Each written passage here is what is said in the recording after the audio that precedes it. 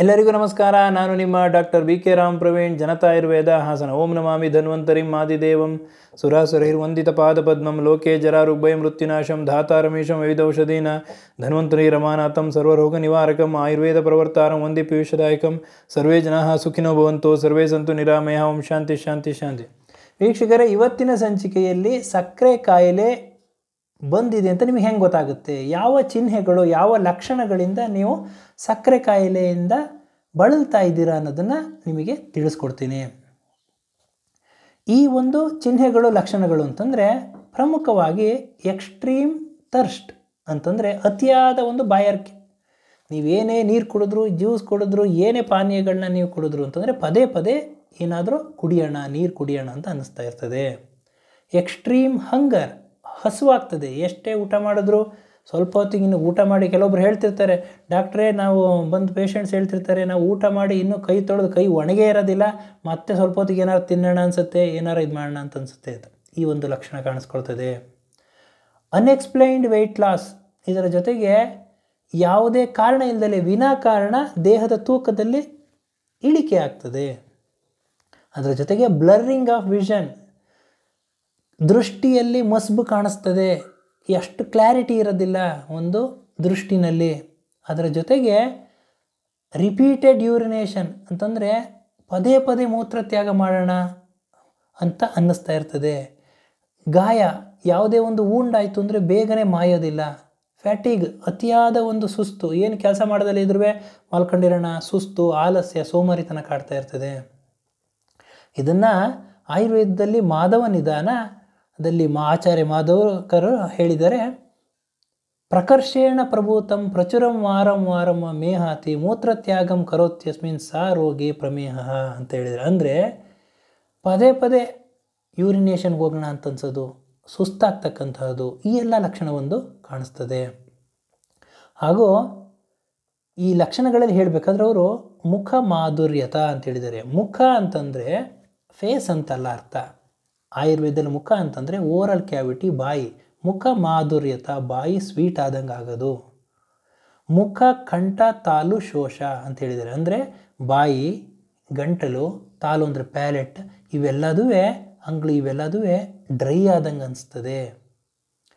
ಕೇಶ ನಖ ವೃದ್ಧಿ, ಕೇಶ ಅಂತಂದರೆ ಕೂದಲು, ನಖ ಅಂತಂದರೆ ಉಗುರು, ಇದು ಹೆಚ್ಚಾಗಿ ಬೆಳೀತದೆ. ಅದರ ಜೊತೆಗೆ ಕೇಶ ಜಟಿಲತ, ಅಂದರೆ ಕೂದಲು ಬೆಳೆದ ತಕ್ಷಣವೇ ಅದು ಸ್ಟ್ರೆಂತ್ ಇರೋದಿಲ್ಲ, ಹೇರ್ ರೂಟ್ಸು ವೀಕ್ ಆಗಿರ್ತದೆ, ಬ್ರಿಟಲ್ ಆಗ್ತದೆ, ಕೂದಲು ಉದುರ್ತದೆ. ಈ ಎಲ್ಲ ಒಂದು ಲಕ್ಷಣಗಳು, ಸುಸ್ತಾಗೋದು, ಈ ಎಲ್ಲ ಒಂದು ಲಕ್ಷಣಗಳು ಕಾಣಿಸ್ಕೊಳ್ತದೆ.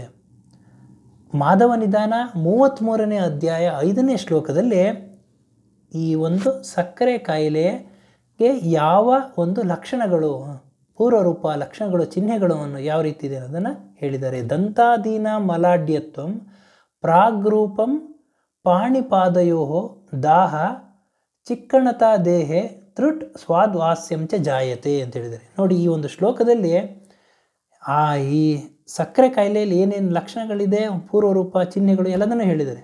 ದಂತಾದೀನ ಮಲಾಢ್ಯತ್ವ, ಬಾಯಲ್ಲಿ ದಂತ ಅಂದರೆ ಹಲ್ಲು, ಹಲ್ಲಿ ಮೇಲೆ ಒಂದು ರೀತಿ ಕೋಟಿಂಗ್ ಆದಂಗೆ ಆಗೋದು, ಬಾಯಿ ಸ್ಮೆಲ್, ವಾಸನೆ ಬಂದಂಗೆ ಆಗೋದು. ಅದರ ಜೊತೆಗೆ ಕಣ್ಣು ಹಾಗೂ ಕಿವಿನಲ್ಲಿ ಈ ಒಂದು ಕೊಳೆ ಇರ್ತಕ್ಕಂತಹದ್ದು. ದಂತಾದೀನ ಮಲಾಢ್ಯತ್ವ ಪ್ರಾಗ್ರೂಪಂ ಪಾಣಿಪಾದಯೋ ಅಂತಂದರೆ, ಪಾಣಿಪಾದ ಅಂತಂದರೆ ನಮ್ಮ ಹಸ್ತ, ಪಾದಗಳು ತುಂಬಾ ಉರಿ ಬರ್ತದೆ, ಟಿಂಗ್ಲಿಂಗ್ ಸೆನ್ಸೇಷನ್ ಇರ್ತದೆ, ಕೈ ಕಾಲು ಉರಿ ಬಂದಂಗೆ ಆಗೋದು, ಪಾದಗಳಲ್ಲಿ ಈ ಒಂದು ಈ ಸೂಜಿಲಿ ಚುಚ್ಚಿದಂಥ ಅನುಭವ ಆಗೋದು, ಉರಿ ಬರ್ತಕ್ಕಂಥದ್ದು, ಬೆಂಡು ಬರ್ತಕ್ಕಂಥದ್ದು, ಈ ಎಲ್ಲ ಒಂದು ಲಕ್ಷಣಗಳು, ಚಿಹ್ನೆಗಳು ಕಾಣಿಸ್ತದೆ. ಪಾಣಿಪಾದಯೋ ದಾಹಂ, ದೇಹ ಚಿಕ್ಕಣತ ಅಂದರೆ ಚರ್ಮ, ದೇಹ ಯಾವ ರೀತಿ ಆಗುತ್ತೆ ಅಂದರೆ ಒಂದೊಂದು ಚರ್ಮ ಒಂಥರ ಗ್ರೀಸ್ ಆದಂಗೆ ಆಗೋದು, ಸ್ಮೂತ್, ಒಂಥರ ಆಯಿಲ್ನೆಸ್ ಥರ ಇರೋದು, ಈ ಥರ ಒಂದು ಲಕ್ಷಣಗಳು ಕಾಣಿಸ್ಕೊಳ್ತದೆ.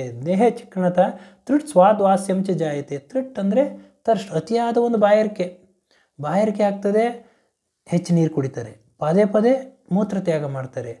ಹಾಗೂ ಮುಖ ಮಾಧುರ್ಯ, ಸ್ವಾದು ಹಾಸ್ಯಂಚ ಜಾಯತೆ, ಬಾಯಿ ಎಲ್ಲ ಸ್ವೀಟ್ ಆದಂಗೆ ಆಗೋದು, ಈ ಎಲ್ಲ ಒಂದು ಲಕ್ಷಣಗಳು ಕಾಣಿಸ್ಕೊಳ್ತದೆ. ಇವತ್ತಿನ ದಿನಗಳಲ್ಲಿ ನೀವು ಸಕ್ಕರೆ ಕಾಯಿಲೆ ಇದೆಯಾ ಏನು ಅಂತ ನೀವು ಡಾಕ್ಟ್ರ್ ಹತ್ರ ಹೋಗಿ ತೋರ್ಸೋಕೆ ಹೋದರೆ ಅವರು ಲ್ಯಾಬ್ ಟೆಸ್ಟಿಗೆ ಬರ್ಕೊಡ್ತಾರೆ, ಯೂರಿನ್ ಟೆಸ್ಟು, ಇಲ್ಲ ಅಂತಂದರೆ ಬ್ಲಡ್ ಟೆಸ್ಟಲ್ಲಿ ನಿಮಗೆ ಸಕ್ಕರೆ ಕಾಯಿಲೆ ಇದೆಯೋ ಇಲ್ಲೋ ಗೊತ್ತಾಗ್ತದೆ. ಆದರೆ ಸಾವಿರಾರು ವರ್ಷಗಳ ಹಿಂದೆ ಇದು ಯಾವುದೇ ಒಂದು ಫೆಸಿಲಿಟಿ ಇರಲಿಲ್ಲ, ಯಾವುದೇ ಒಂದು ಅನುಕೂಲತೆ ಇರಲಿಲ್ಲ, ಯಾವುದೇ ಒಂದು ಇನ್ಸ್ಟ್ರೂಮೆಂಟ್ಸ್ ಇರಲಿಲ್ಲ. ಯಾವ ರೀತಿ ಕಂಡುಹಿಡಿತಾ ಇದ್ರು ಅಂತಂದರೆ, ಆಯುರ್ವೇದದಲ್ಲಿ ಯಾವ ರೀತಿ ಹೇಳಿದ್ದಾನೆ ಅಂತಂದರೆ, ಈ ಒಂದು ಮೂತ್ರ ತ್ಯಾಗ ಮಾಡಿದಾಗ, ಅಂದರೆ ಮೂತ್ರ ಅಭಿಧಾವಂತಿ ಪಿಪೀಲಿಕ ಅಂತ ಹೇಳಿದ್ದಾರೆ. ಅಂತಂದರೆ ಮೂತ್ರ ತ್ಯಾಗ ಮಾಡಿದಂಥ ಜಾಗದಲ್ಲಿ ಪಿಪೀಲಿಕ ಅಂತಂದರೆ ಇರುವೆಗಳು, ಮೂತ್ರ ಅಭಿಧಾವಂತಿ ಪಿಪೀಲಿಕ, ಇರುವೆಗಳು ಮುತ್ಕೋತಾ ಇದ್ವು. ಇರುವೆಗಳು ಮುತ್ಕೋತಾ ಇದ್ರೆ ಏನಾಗ್ತಿರುತ್ತೆ ಅಂತಂದರೆ ಮೂತ್ರದಲ್ಲಿ ಸಕ್ಕರೆ ಅಂಶ, ಗ್ಲೂಕೋಸ್ ಅಂಶ ಹೋಗ್ತಾ ಇದೆ ಅಂತ ಅರ್ಥ. ಆವಾಗ ಇವರಿಗೆ ಸಕ್ಕರೆ ಕಾಯಿಲೆ ಇದೆ ಅಂತ ಅವರಿಗೆ ಗೊತ್ತಾಗ್ತಾ ಇತ್ತು. ಅದಕ್ಕೆ ಸೂಕ್ತ ಚಿಕಿತ್ಸೆಯನ್ನು ನೀಡ್ತಾ ಇದ್ದರು. ಆದ್ದರಿಂದ ಅವತ್ತಿನ ಒಂದು ಕಾಲದಲ್ಲಿ, ಇವತ್ತು ಎಲ್ಲ ಫೆಸಿಲಿಟಿ ಇದೆ, ಯಾವುದೇ ಒಂದು ಕಾಯಿಲೆಗಳನ್ನ ಡಯಾಗ್ನೈಸ್ ಮಾಡೋದು, ಕಂಡುಹಿಡಿಯೋದು ಸುಲಭ. ಆದರೆ ಅವತ್ತಿನ ಒಂದು ಕಾಲದಲ್ಲಿ ಈ ಎಲ್ಲ ಒಂದು ಕಾಯಿಲೆಗಳು ಇದ್ದವು.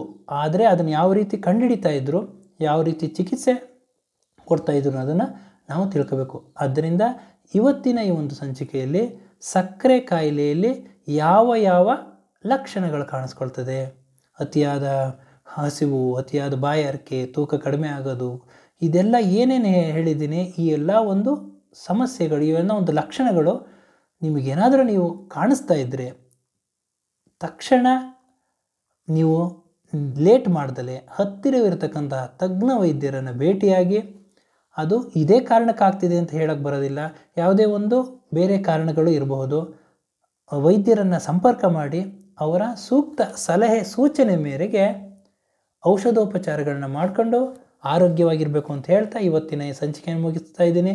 ನನ್ನ ಈ ವಿಡಿಯೋ ತಮಗೆ ಇಷ್ಟವಾಗಿದ್ದಲ್ಲಿ ಲೈಕ್ ಮಾಡಿ, ಶೇರ್ ಮಾಡಿ ಹಾಗೂ ನನ್ನ ಎಲ್ಲ ಮುಂದಿನ ವಿಡಿಯೋಗಳಿಗಾಗಿ ಸಬ್ಸ್ಕ್ರೈಬ್ ಮಾಡಿ. ಧನ್ಯವಾದಗಳು.